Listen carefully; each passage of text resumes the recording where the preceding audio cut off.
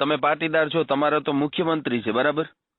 હા, તો છતાંય એમ જો નહીં, હું મારા મુખ્યમંત્રી છે તો હું એવું કઉ છું, મેં આજ બી મુખ્યમંત્રી સુધી પહોંચવાનો ફોન નથી કર્યો. મારો પાટીદાર સમાજ મારી હારે છે, તો હું એવું કઉ છું કે પાટીદાર સમાજને કે કોળી સમાજને કે આહિર સમાજની ક્યાં વાત જ છે? આમાં તો વ્યક્તિગત વાત છે ને.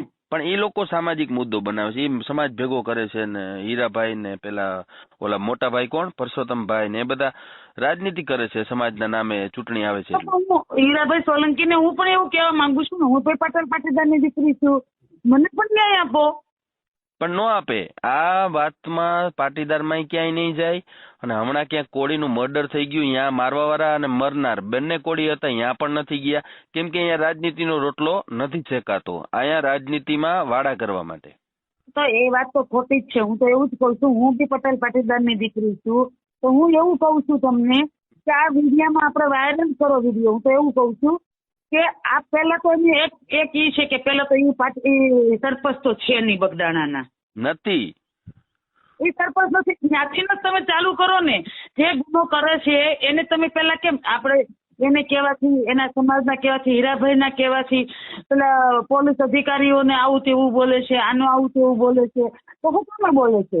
પેલા સરપંચ નથી, ત્યાંથી ચાલુ કરો. પેલા સરપંચ તો છે જ નહીં. પેલા સરપંચ નથી અને બીજા નંબરમાં એ આગેવાન નથી. એનું ક્યાંય કોઈ એનું નવનીતની ક્યાંય કઈ વેલ્યુ નથી. વેલ્યુ હોય કે ના હોય એ તો આપણા એક નંબરની વાત છે, પણ ઈ માણસ સરપંચ નથી તો ત્યારથી જ ચાલુ કરો ને. એની પાસે એટલા બધા પ્રૂફ આપીએ છીએ આપણે, એવું કહીએ છીએ કે માટી કાઢી ગયા, એ મને ઓન વિડિયા બોલે છે કે હા હું બેન તમને બોલાવી લઈશ, આ છે. તો પોલીસ કેમ ત્યાંથી ચાલુ નથી કરતા?